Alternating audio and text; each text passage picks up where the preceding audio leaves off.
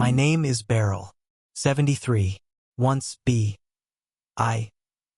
Danieliuk, owner of 3 companies, chairman of the board of directors, a name in the newspapers and fear in the voice of competitors. Now just grandfather. As the cashier in the store whispers when she doesn't hear my good morning. Or maybe she does, she's just pretending. This is a new game to be invisible. And you know what the scariest thing is? I play it better than anyone. My house stands on a slope, outside the city, where there used to be gardens and now there are weeds and dogs. One story, brick old like me. My wife Tamara died 3 years ago. Quietly. Even death didn't want to take her away loudly. And since then, I haven't spoken out loud more than a few sentences a day. Sometimes I catch myself trying to remember what my own voice sounds like. The children are successful. My son is the head of some department that changes its name every 6 months. My daughter is somewhere abroad, in London or Brighton. I'm confused. They call me when they need to show their grandchildren for the holidays. Hi, Dad, how are you? We're just for a moment, Arthur is saying hello. And a click, the line is empty. Arthur didn't say anything to me. He hates me. He's uncomfortable that he has a grandfather who doesn't understand TikTok and doesn't wear sneakers. And I'm not angry. I just watch. I observe. Every day I get up at 6. Not because I have things to do. There's just no point in sleeping anymore. The kitchen window overlooks the old road. People pass by, mothers with strollers, students with headphones, men with dogs. No one says hello. They pass me by as if I were part of the landscape, like those poles or birds on wires. I go to the store. I carry my own bag because the packages have started to tear. The cashier looks through me. A young guy, a security guard, once looked at my trembling finger, which couldn't type the PIN code on the terminal, and snorted. Snorted. I heard it. I didn't forgive him. To the hospital alone. My knees hurt, my back too. The nurse takes tests in silence. The doctor, a young man named Ilya or Jaeger, listens better to his computer than to me. When asked, "What's wrong with me?" he answers, "Age, Mr. Beryl. The body is getting tired."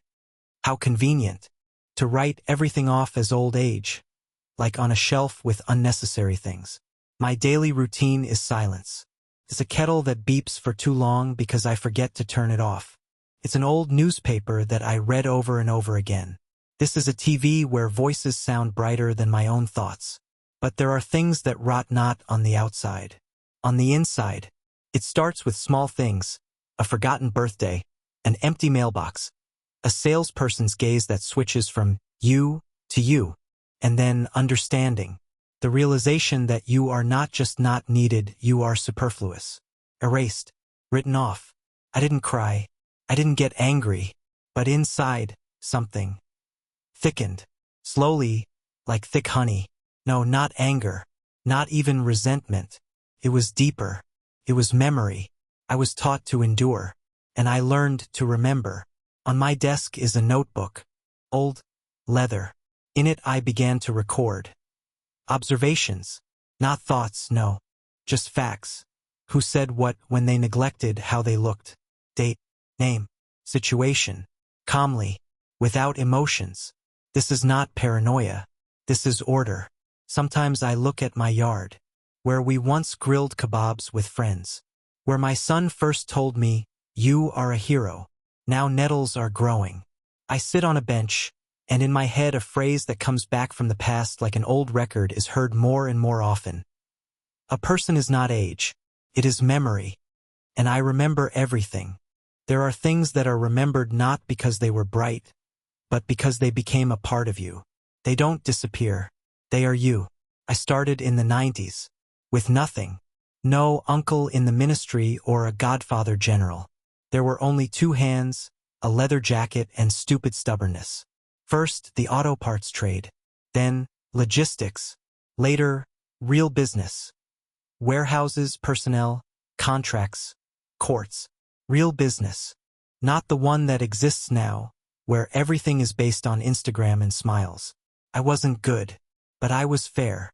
People knew. If Beryl said it, it will happen. And if Beryl was betrayed, it won't happen again. They were afraid of me, but they were the first to greet me. Every Tuesday, I would drive into my office in a black Mercedes, and the guards would get up, even if I only stopped for a minute. That's how it was. My wife was still laughing then. "You look kind of stern again.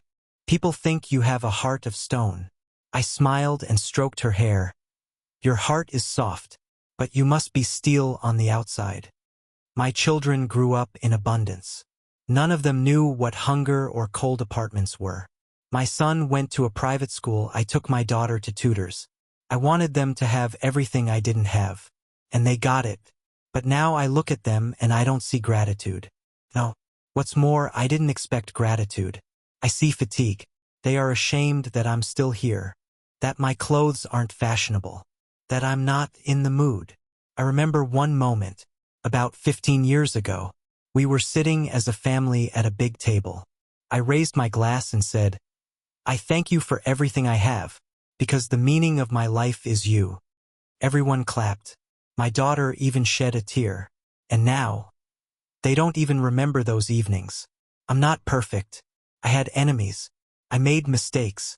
There was a period when I was addicted to the bottle, especially after the death of my younger brother.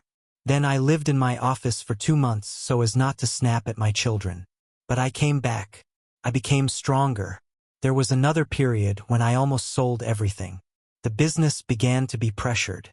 Then I broke a rib during a meeting because I refused to pay a kickback. But I persevered. After that, I was respected even more. And I never forgot that pain. It taught me patience. And now I sit in this old house, where the smell of mold has mixed with the smell of the past. The walls where voices once rang out are now silent. The photo on the wall, Tamara, the children are small, I still have hair. We laugh. I hold my daughter on my shoulders. And all that remains is the frame. I don't even remember the last time I wiped it. My hands that once held the steering wheel of a boomerang now hold a kettle. My legs that walked through the market storms now ache after 20 steps. The head that was born strategies now counts how many pills are left until the end of the week. But I don't complain. The weak complain. I just think. And the more I think, the more I want to tell people one thing. You have forgotten who I am, but I have not forgotten what you have done. It's not sudden. You don't get destroyed in one day. No. Society is a master of cold disappointment. Cuts slowly, like a blunt knife. And always on the living. Last week I fell on the stairs. I just slipped. It was 10 in the morning, no one saw. Except for my grandson, Arthur. He was standing by the car. I watched. I looked up, waiting, not sympathy. Just hands. But he silently got into the car and drove away. Without a word. Later I wrote in the family chat. Grandpa fell somewhere again. Maybe it's time to hire care for him? I didn't answer. I added the date to my diary. 0209 Arthur. Stairs. View from above. And yesterday my daughter called. For minutes of conversation. Exactly. I listened to her talk about her husband, the trip to the island, how tired she was from work. I said, "And the doctor changed my pills. My heart is racing." She paused briefly and replied, "Well, Dad, you're still holding on. I'll run, the client is on the line." Kissing. Kissing. On the phone. Me whom no one hugs anymore. Day after day I went outside. Under the store, always the same teenager in a hood. He sees me. Smiles crookedly as if I were a joke. Last time I whispered to the girl, "Look, the mummy is coming." Laughter. They laughed. They didn't hide. I didn't say anything. I just looked. And then I wrote 0409 store. Guy in a hood. Face round, scar on chin. This was no longer an ordinary diary. This was archiving pain. My way of not letting them erase me from reality. Because I'm not a hallucination. I'm an experience. I'm a witness. And I started remembering everything. The incident in the hospital is different. Dr. Ilya. While I'm trying to explain that my heart beats at night, he clicks his mouse. Then he utters a phrase that I'll never forget. As you age, just accept that every day is a bonus. A bonus. I'm not in a casino. I'm a human being. I left the office and stopped by the window. I stood there until the trembling in my hands disappeared. Then he added to his diary, 0509 Dr. Ilya, Office 7. A superior look. The words, bonus. My daughter crossed me out of her circle. She says, "We're all very busy right now, Dad." Her busyness is her career, fitness, new subscribers. And I sit and listen to the faucet dripping in the bathroom for hours. Because he's the only one who still talks to me. I went to the bank. I needed to renew my card. The girl at the desk is young, with makeup on. I'll explain, please take it slow. She glances at her colleague and whispers, loudly, "Another senior user. Damn it," and giggles. I remain silent, but I don't forget. 0709 bank. Operator. Yellow sweater. Disrespect. All this is not a coincidence. It's a system, and I don't want a revolution. I don't want revenge in the style of Hollywood action movies. I want retribution, quiet, precise, cold as a scalpel. The last straw was 2 days ago. I was returning from the pharmacy. The packages were torn. Pills, tissues, a bottle of water. Everything spilled onto the sidewalk. I bent down, trying to pick it up. My knees wouldn't obey. 2 people were walking by, a guy and a girl. I looked up. "Excuse me. Help me." They looked at me. The guy said, "He walks by himself. Let him pick it up." And they left. I sat like a cursed man in the middle of the street. And then, something broke inside me. Not a nerve. Not a tear. A code. My memory became clearer. My shoulders straightened. I slowly got up. I looked at the trail of those 2. And I smiled. No, not evil. Firmly. This was not the end. This was the beginning of the game. I returned home. For the first time in years, I didn't turn on the TV. I just sat down at the table. I opened my notebook. I started looking through all the names. And I thought, okay, you forgot who I was. Time to remind you. That evening, there was no light in my house. But there was determination. I sat by the window, peering into the darkness. And finally I said to myself out loud, enough. Neither anger nor shouting. I am not young anymore. But in this old age there is something that all those who laughed at me lack. Time and patience. In my youth I acted. In my old age I plan. I opened the bottom drawer of my desk. There was what remained of the past. An old push-button telephone. Another notebook. And a black address book. I pulled it out, carefully, like a relic, and began to leaf through. Names, numbers, notes, Boris P.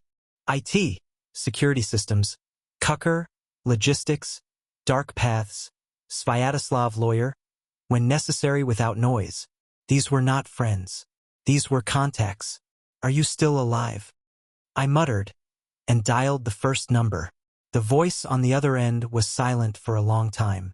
And then, Beryl? Yes. What are you calling from the grave? From the corridor in front of it. I need information. He didn't ask too much. In a world where people remember who you were, they don't ask why. They ask when. I was the first to tackle Arthur, my grandson, a proud, arrogant, brilliant influencer with a fake smile. I knew where he studied.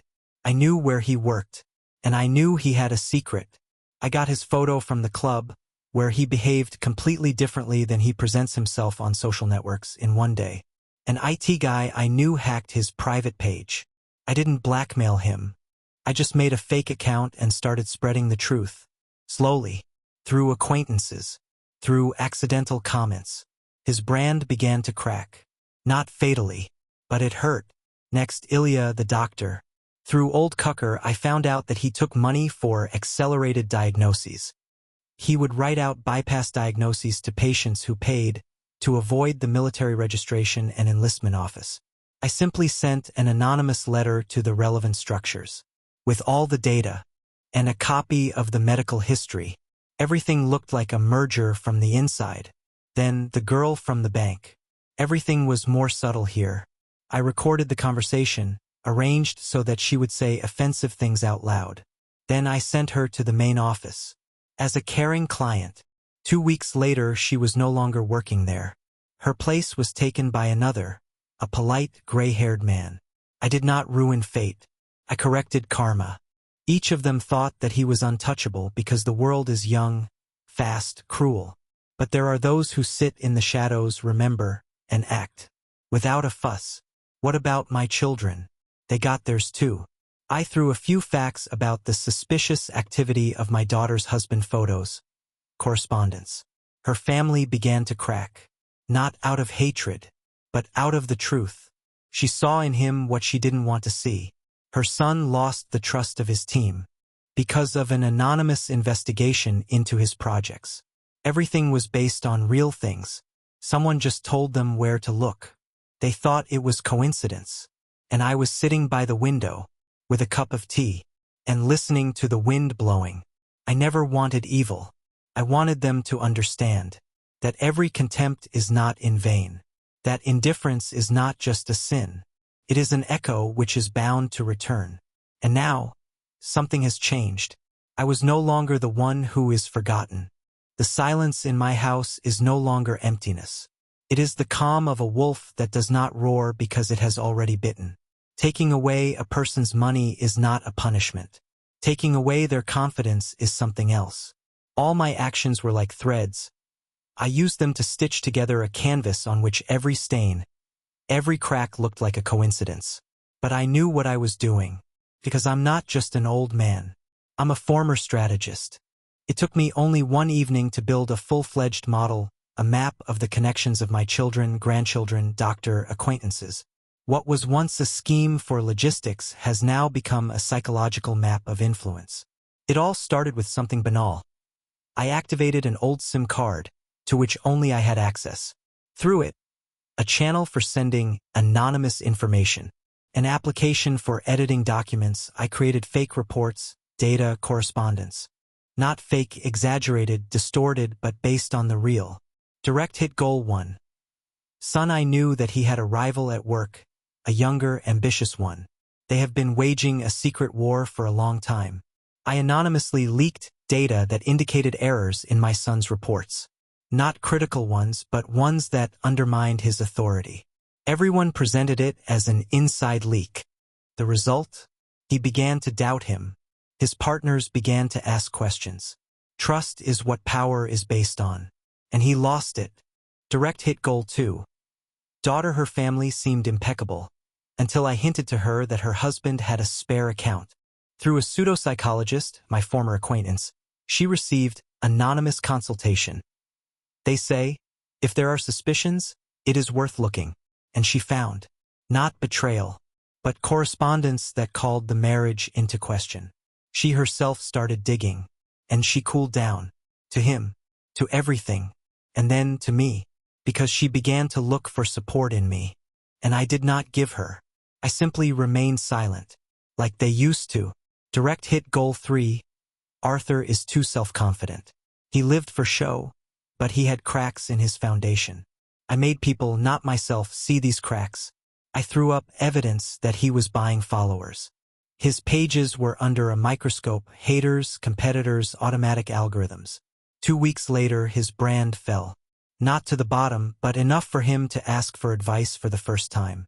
Not from me, from myself. And I just watched. Direct hit goal 4. Dr. Ilya, a girl from the bank, a cashier. It was easy with them. After anonymous complaints, after the exposed coincidences, they began to lose support.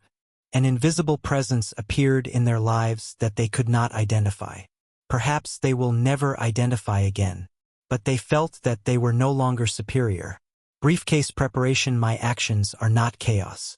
Every night I sat down at the table, drew diagrams, wrote down steps. And now new things appeared in the diary. Processed, doubt sown, process begun. I felt powerful again, but not like in business. It was the power of observation and influence without presence. I wasn't taking revenge. I was restoring balance. Their world had encountered invisible resistance for the first time in many years. Now I was someone to be feared, though no one said it out loud. I didn't look dangerous. I didn't raise my voice. I just was. A shadow. Old. Slow. But with memory. With principles. with access to information. I was written off as irrelevant. But they forgot even the oldest wolf, lost in sight, can change the entire pack. When this cold, precise process began, I thought I wanted to see their screams, their confessions, their faces red with shame. But it didn't happen. No one stood with a sign saying, "He's right." No one came with flowers to apologize. They didn't smile. They didn't cry. Their reactions were much more subtle, imperceptible to others, but not to me. And that was where my victory lay. I didn't want fame. I wanted their world to change from the inside out, so that the cracks I had found would open up so subtly and inexorably that they would start looking for the cause themselves and eventually find themselves.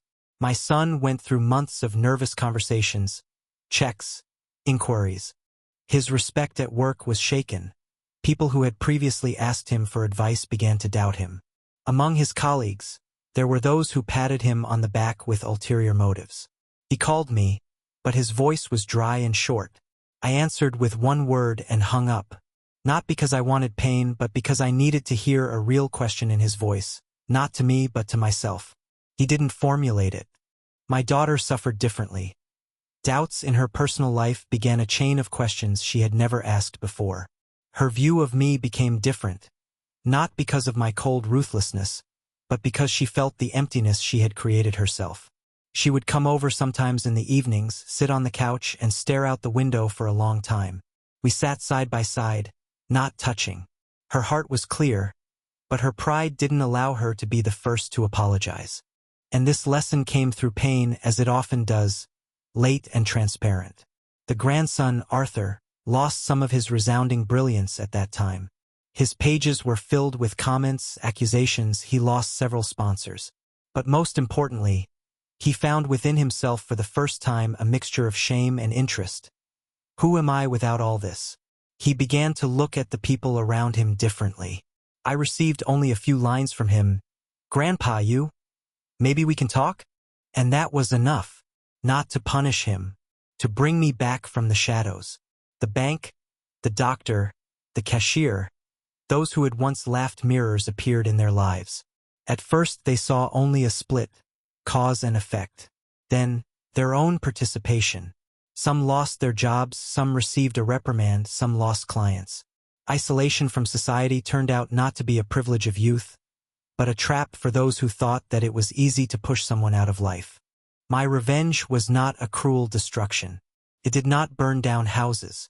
I did not break spines. I worked more subtly. I touched reputations. I broke small safe beliefs. I gave them a portion of the truth that they were afraid to hold in their hands. And when they tried to find the source, they found traces that led into emptiness. This is a retribution that teaches you to think, analyze, and take responsibility for your small humiliations. And I felt a strange kind of peace. It was not sweet. It was cold and hard, like ice underfoot. I didn't celebrate anything. Maybe somewhere deep down I expected something to change. And it did. Their voices became quieter, their assessments more attentive. They began to look at the old people differently. This was my victory. Not revenge, but a lesson. And the lesson was more holistic and more piercing than any scream. I sat in my kitchen again, warming up tea, and looking at the wall with old photographs. Where Tamara was, her smile seemed softer than before. I took out my diary, opened it to the last page, and began to write. A new knowledge appeared in my life. Old age is not a step into the shadow, but a different form of presence. A person in old age has the same tools as youth, only they are focused differently. Experience, patience, understanding of human weaknesses. These tools can be used not only to be beaten but to teach. Sometimes learning is also a payback. I have not become a monster. I have not lost my dignity. On the contrary, it has become sharper. Dignity is not measured by applause. It is in the ability to say enough, to plan, to act without noise and wait for the seed thrown into the soil to sprout. My strength was not in my fist, but in the silence that changes the world. When recently one of my neighbors looked at me with a different expression, respect, perhaps, or just curiosity, I answered with a quiet nod. Without looking up, I learned to be a person who is given weight. And most valuable, I learned not to forgive easily, but also not to destroy in vain. Revenge is a tool, and like any tool, it should work to restore justice, and not to revenge like an idol. I closed the diary and on the last page wrote a short phrase that has now become my voice in the silence. Perhaps it is not for them, but for me. I placed it next to my cup of tea before turning off the lamp and going to bed. Dignity doesn't age, it hardens. Let your footsteps sound quietly, but so that the world can hear them. And most valuable of all, I learned not to forgive easily, but not to destroy in vain. Revenge is a tool, and like any tool, it should work to restore justice, not to revenge like an idol. I closed my diary and on the last page wrote a short phrase that has now become my voice in the silence. Perhaps it is not for them, but for me. I put it next to my cup of tea, before turning off the lamp and going to bed. Dignity does not age, it hardens. Let your steps sound quietly, but so that the world can hear them. And most valuable of all, I learned not to forgive easily, but not to destroy in vain. Revenge is a tool, and like any tool, it should work to restore justice, not to revenge like an idol. I closed my diary and on the last page wrote a short phrase that has now become my voice in the silence. Perhaps it is not for them, but for me. I put it next to my cup of tea, before turning off the lamp and going to bed. Dignity does not age, it hardens. Let your steps sound quietly, but so that the world can hear them. Subscribe and like. And tell your friends about this video.